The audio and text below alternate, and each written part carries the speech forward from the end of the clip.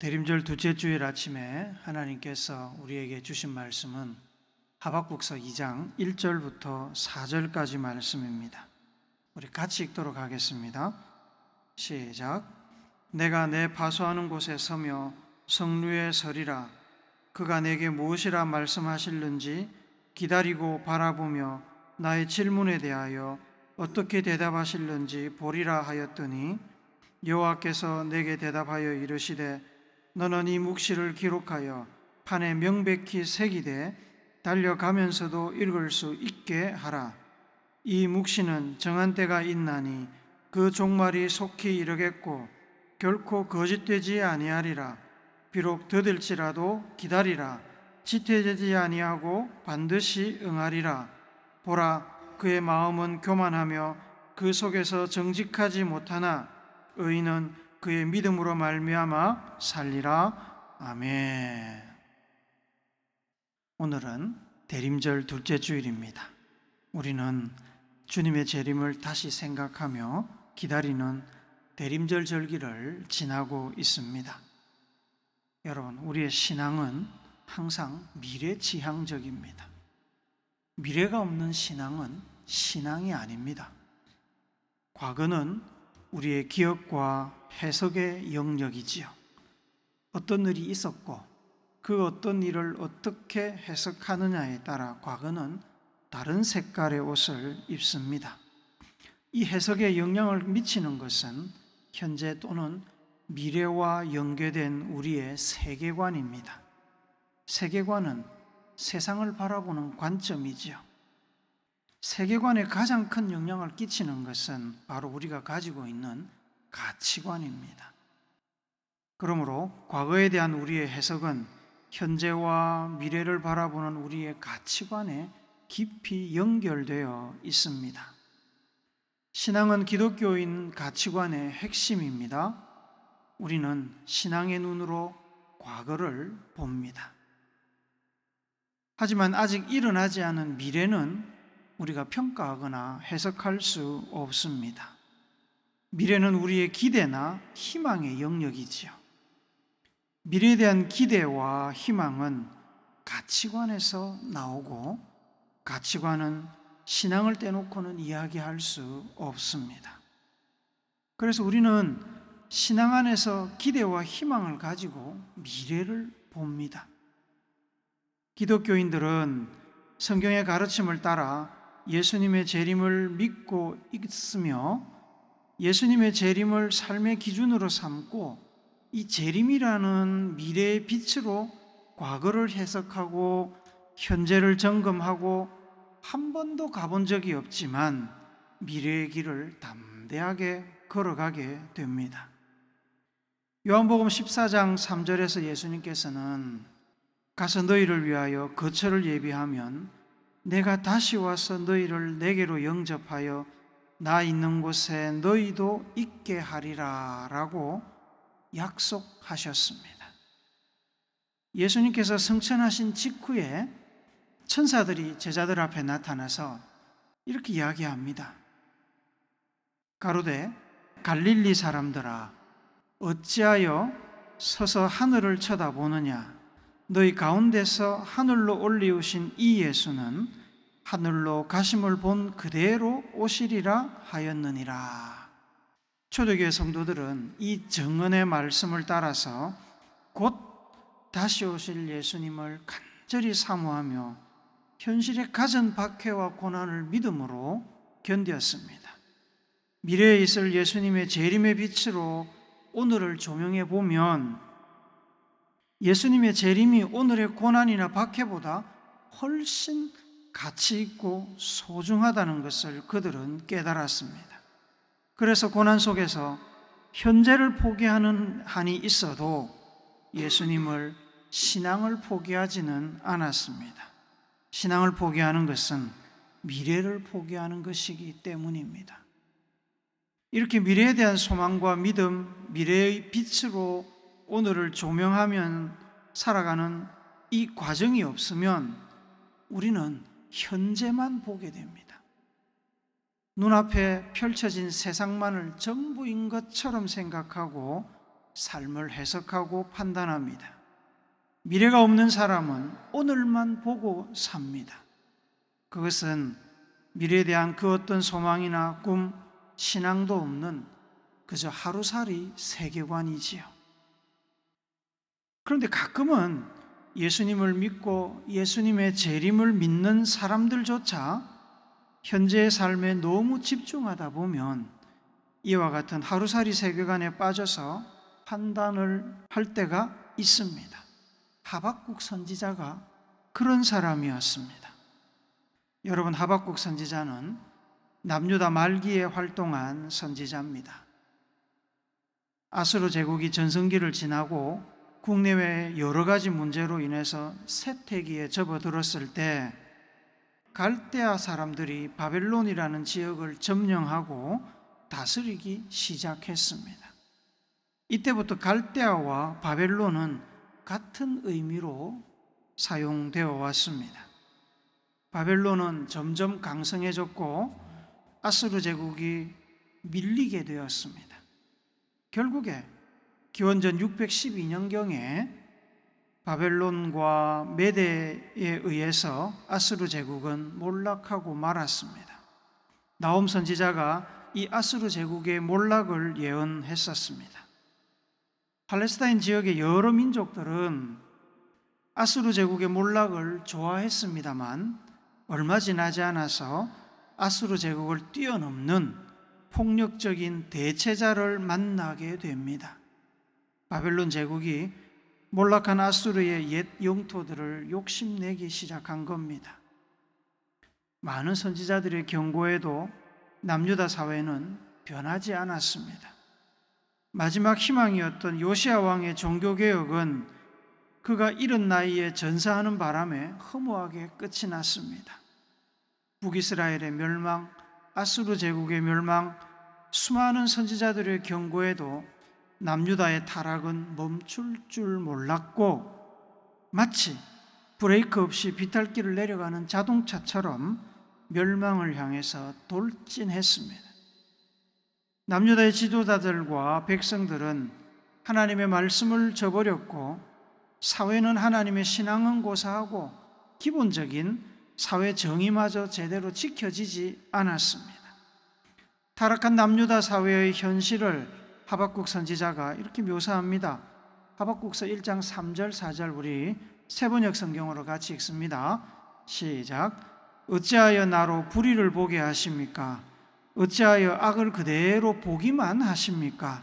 약탈과 폭력이 제 앞에서 벌어지고 다툼과 시비가 그칠 사이가 없습니다.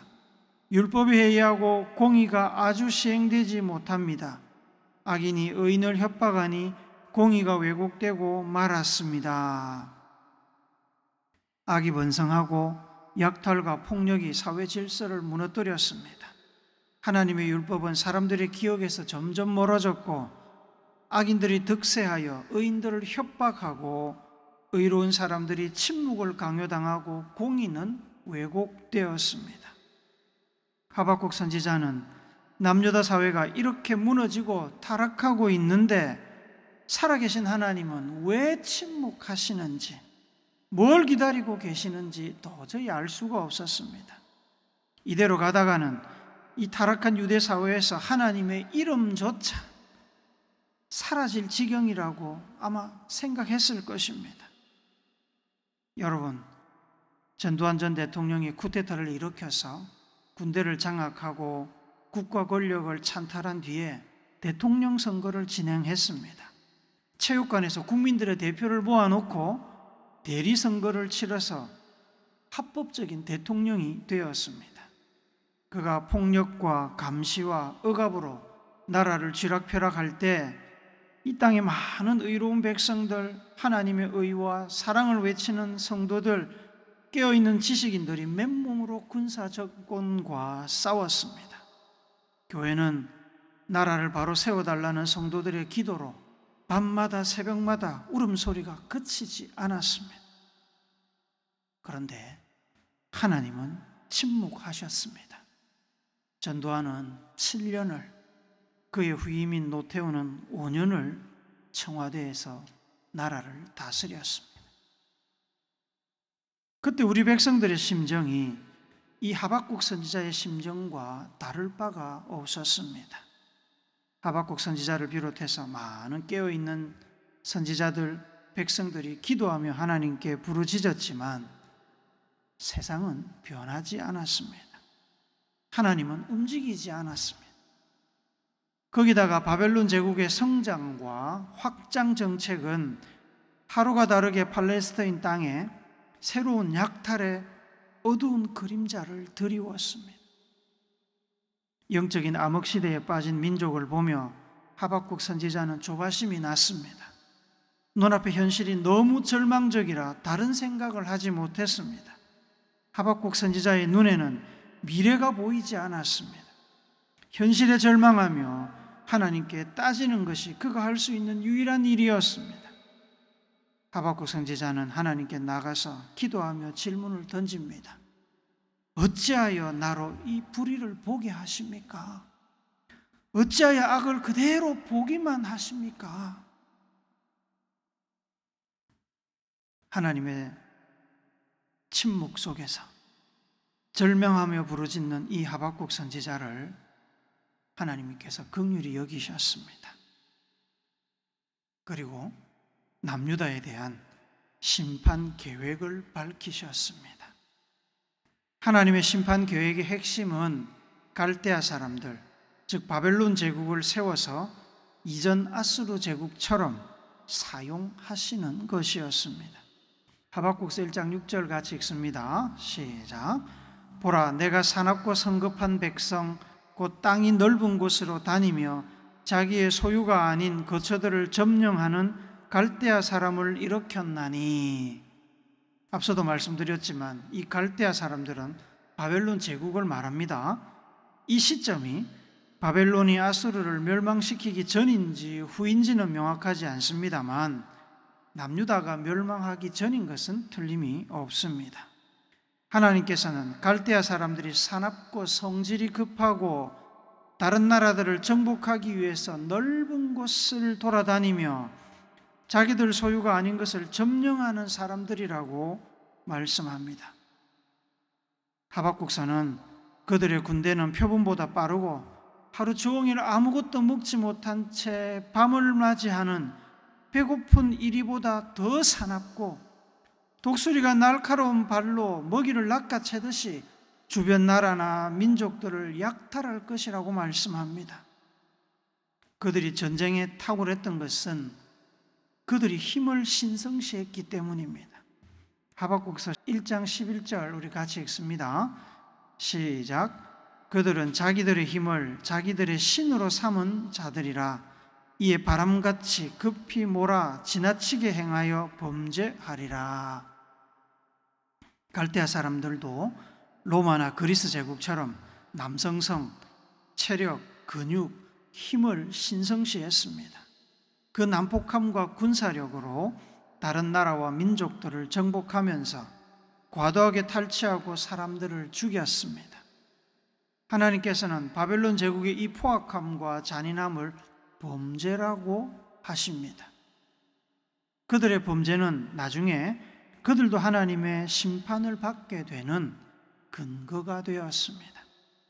하나님께서 갈대아 사람들을 세워서 타락한 남유다를 심판할 것이라고 하시는 말씀에 하박국 선지자는 한편으로 기쁘기도 했지만 다른 한편으로 또 다른 의문을 품게 되었습니다. 그 의문이 뭐냐면 하나님의 심판자가 되어 남유다를 침략할 이 바벨론 제국에 대해서 하나님께서 죄를 범했다고 평가하신다면 하나님께서는 악한 자를 들어 다른 악한 자를 심판하신다는 말이 되는데 선하신 하나님이 어떻게 악한 자를 이용할 수 있다는 말입니까?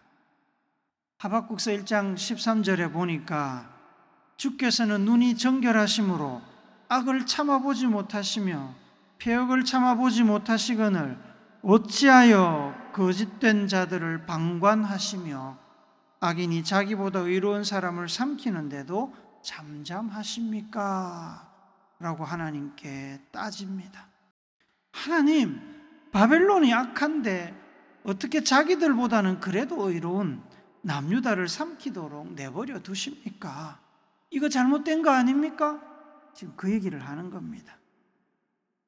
악이 득세하고 의로운 사람들이 공격을 당하며 공의가 왜곡되고 불의하고 악한 이 남유다를 심판하기 위해서 더 악한 바벨론 제국을 사용하시려는 하나님의 계획을 하박국은 이해가 되지 않았습니다. 본문으로 읽었던 하박국서 2장 1절에 보니까 하박국 선지자는 하나님 앞에서 하나님께 반드시 답을 듣겠다는 결연한 의지를 보여줍니다. 성벽 파수대에 올라가서 무슨 말씀을 하시는지 듣고자 했습니다. 밤이든 낮이든 답을 들을 때까지 기다리려는 이 하박국의 모습은 과거에 우리나라 성도들이 소나무 뿌리를 뽑겠다는 단단한 각오로 산기도를 가던 모습을 떠올립니다. 대단하다는 생각도 들고 철없다는 생각도 듭니다. 철없어 보이지만 하나님은 하나님만 바라보고 매달리는 이 하박국의 모습을, 소나무 뿌리를 뽑겠다고 산기도를 가던 그 한국 성도들의 모습을 기뻐하셨습니다. 그래서 우리에게도 많이 응답하셨고 하박국에게도 응답하셨습니다. 하나님께서는 하박국의 불편한 마음을 이해하셨습니다. 그리고 하박국의 의문을 풀어주십니다. 하박국의 질문은 두 가지였습니다. 그래서 하나님께서도 두 가지 대답을 주시는데, 하나는 짧게, 하나는 매우 길게 답을 주십니다. 하박국에게 하나님께서 주신 첫 번째 답은 2장 3절입니다. 우리 한 번 더 읽겠습니다. 시작. 이 묵시는 정한 때가 있나니 그 종말이 속히 이르겠고 결코 거짓되지 아니하리라. 비록 더딜지라도 기다리라. 지체되지 않고 반드시 응하리라. 이 말씀은 악이 번성하고 의로운 사람들이 어려움을 겪고 있는데 하나님은 그저 침묵하고 계시다고 불평하고 따지는 하박국에게 지체되지 않고 반드시 응하리라고 대답하시는 것입니다. 하나님의 침묵은 무관심이나 혹은 무능이나 혹은 하나님의 불의 때문이 아닙니다. 하나님께서는 다만 정하신 때를 기다리고 계실 뿐입니다.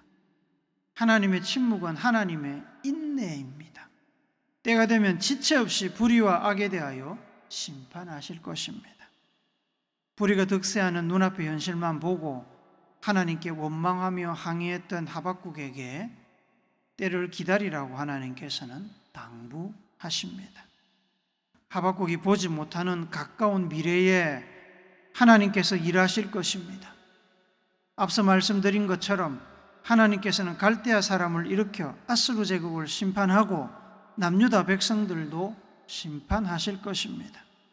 역사는 하나님의 예고가 그대로 실행되었다고 알려줍니다. 아스루 제국은 기원전 612년경에, 남유다는 기원전 586년에 바벨론 제국에 의해서 멸망했습니다. 하나님께서 주시는 두 번째 답변은 하박국서 2장 5절부터 20절까지 길게 나옵니다. 2장 8절을 우리 세 번역으로 같이 읽어봅시다. 시작. 내가 수많은 민족을 털었으니 살아남은 모든 민족에게 이제는 내가 들릴 차례다. 내가 사람들을 피 흘려 죽게 하고 땅과 성읍과 그 안에 사는 주민에게 폭력을 휘두른 탓이다. 이 말씀은 하나님께서 바벨론 제국을 향해서 하신 말씀입니다. 바벨론 제국도 심판을 받을 것입니다. 하나님께서 누구를 사용하시느냐 하면 바벨론 제국에 의해 침략당하고 그래서 고생한 민족과 나라들의 남은 자들, 후손들의 손으로 바벨론을 심판할 것입니다. 하박국서 2장 5절부터 20절은 어떻게 선하신 하나님께서 악한 바벨론을 사용하여 그들보다 덜 악한 남유다를 심판하실 수 있는지, 왜 하나님이 침묵하시는지 하박국의 의문에 대해서 하시는 답변입니다. 하나님께서 악한 바벨론을 남유다를 심판하기 위해서 사용했다고 해서 하나님께서 바벨론의 악행을 용납하시거나 혹은 좋아하시는 것이 절대로 아닙니다. 바벨론을 쓰지만 바벨론 역시 그들의 죄를 심판받을 것입니다. 남유다는 남유다의 죄로 심판을 받고 바벨론은 바벨론의 죄로 심판을 받습니다. 하나님께서는 악을 그냥 두지 않고 심판하십니다. 이 하박국서 2장 5절부터 20절에는 하나님께서 바벨론 제국의 악행에 대해서 언급하시면서 그들이 심판받아야 마땅한 이유 5가지를 제시하십니다. 이 5가지 악행은 모두 화 있을 것이다 라는 표현과 함께 나옵니다. 화 있을 것이라는 말은 화를 당하기를 비는 경고이자 저주입니다. 바벨론이 심판받아야 할 첫 번째 이유는 바벨론 제국의 끝없는 탐욕입니다. 2장 5절에 보니까 스올처럼 욕심을 넓히며 족한 줄을 모른다고 하나님께서 바벨론의 탐욕을 지적하십니다. 두 번째는 바벨론이 끝없는 탐욕으로 갈취한 부당한 이익입니다. 하박국서 2장 9절에 보니까 자기 집을 위하여 부당한 이익을 취하는 자라고 책망하십니다. 세 번째는 약탈과 침략으로 쌓아 올린 바벨론 제국의 헛된 영광입니다. 하박국서 2장 12절에 보니까 피로 성읍을 건설하며 불의로 성을 건축하는 자라고 바벨론을 꼬집으십니다. 네 번째는 바벨론 제국의 방탕함과 부도덕함입니다. 15절에 보니까 이웃에게 술을 마시게 하되 취하게 하고 그 하체를 드러내려 하는 자라고 하나님께서 책망하십니다. 다섯 번째는 바벨론의 우상 숭배입니다. 18절에 보시면 하나님께서는 새긴 우상은 그 새겨 만든 자에게 무슨 유익이 있겠느냐라고 질문하시면서 바벨론을 책망하십니다. 이러한 바벨론의 악행과 죄로 인해서 하나님께서는 바벨론 제국도 심판하실 것이며 절대로 악을 용납하지 않으신다고 하박국에게 답변하셨습니다. 사랑하는 우물교회 성도 여러분, 하나님은 악을 미워하십니다. 죄를 싫어하십니다. 하나님께서는 사람의 죄, 민족의 죄를 오래 참고 기다리시며 기회를 주십니다. 그러나 때가 되면 심판하십니다. 간혹 세상이 이상하게 변한다 해도 하나님께서 침묵하시는 것처럼 보일 때가 있습니다. 하나님께서 즉각적으로 개입하지 않는 것이 이해되지 않을 때가 있습니다. 저 우크라이나 러시아 전쟁을 보십시오. 저 팔레스타인 땅의 전쟁을 보십시오. 수단에서 10여 년째 일어나고 있는 저 내전을 보십시오. 나이지리아에서 일어나고 있는 교회와 성도들에 대한 박해를 보십시오. 멀리 갈 필요 없습니다. 저 북한을 보십시오. 중국을 보십시오. 그런데도 하나님께서 즉각 개입하지 않으시고 침묵하십니다. 그런데 여러분, 그것은 하나님의 무능이나 무지나 불이나 무관심 때문이 아닙니다. 하나님께서 사랑으로 인내하시며 참고 계시기 때문입니다. 하나님께서 만약에 모든 죄에 대하여 즉각적으로 개입한다면 우리는 지금 살아있겠습니까? 우리가 살아있는 것은 하나님의 침묵, 하나님의 인내와 기다림의 은혜 덕분입니다. 인내하며 우리를 기다려주시는 하나님은 다른 사람도, 심지어 악인과 악한 나라나 민족도 동일한 인내로 기다려 주십니다. 다만 그 기다림이 영원하지는 않습니다. 그러므로 사랑하는 여러분, 당장에 세상이 내 생각대로 돌아가지 않는다고 해서 세상에 불의가 가득 차고 정의가 사라진 것처럼 보인다고 해서 조급해할 필요는 없습니다. 의로우신 하나님께서 정한 때에 하나님의 의를 이루시고 상 받을 자에게 상을, 심판받을 자에게 심판을 내리실 것입니다. 세상의 변화를 위해서 혹은 처해 있는 상황의 변화를 위해서 기도하시되 믿음을 갖고 기다리십시오. 하박국서 2장 4절은 의인은 그의 믿음으로 말미암아 살리라 라고 말씀하십니다. 믿고 기다리면 하나님께서 응답하십니다.